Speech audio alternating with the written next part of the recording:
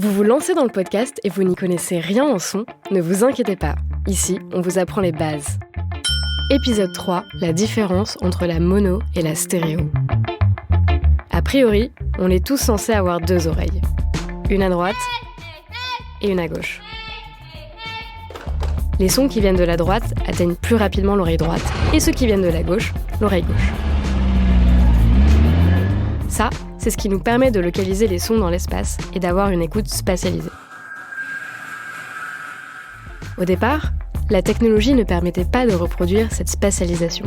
On enregistrait avec un seul micro et on diffusait sur une seule enceinte, comme sur ce beau gramophone. On parle d'enregistrement monophonique.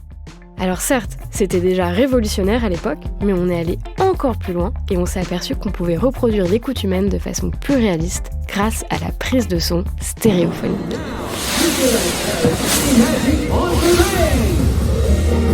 Pour une prise de son stéréo, on a besoin de deux micros pour enregistrer, un pour la gauche et un pour la droite.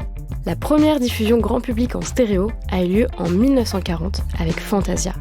Vous vous souvenez le Disney avec Mickey qui fait de la magie sur du Tchaïkovski ? Eh bien, c'est aussi une sacrée prouesse technologique. Mais du coup, la différence dans vos oreilles, elle est où concrètement ?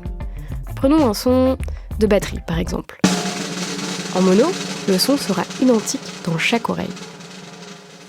En stéréo, vos deux oreilles recevront des informations différentes.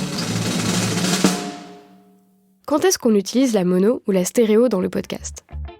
Lorsqu'on fait des interviews, on va enregistrer en mono pour bien entendre les voix au centre. En revanche, la stéréo va être très utile pour capter des ambiances et localiser différents éléments du paysage sonore.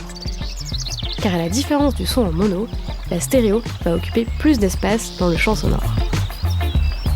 Allez, maintenant, vous êtes parés pour choisir.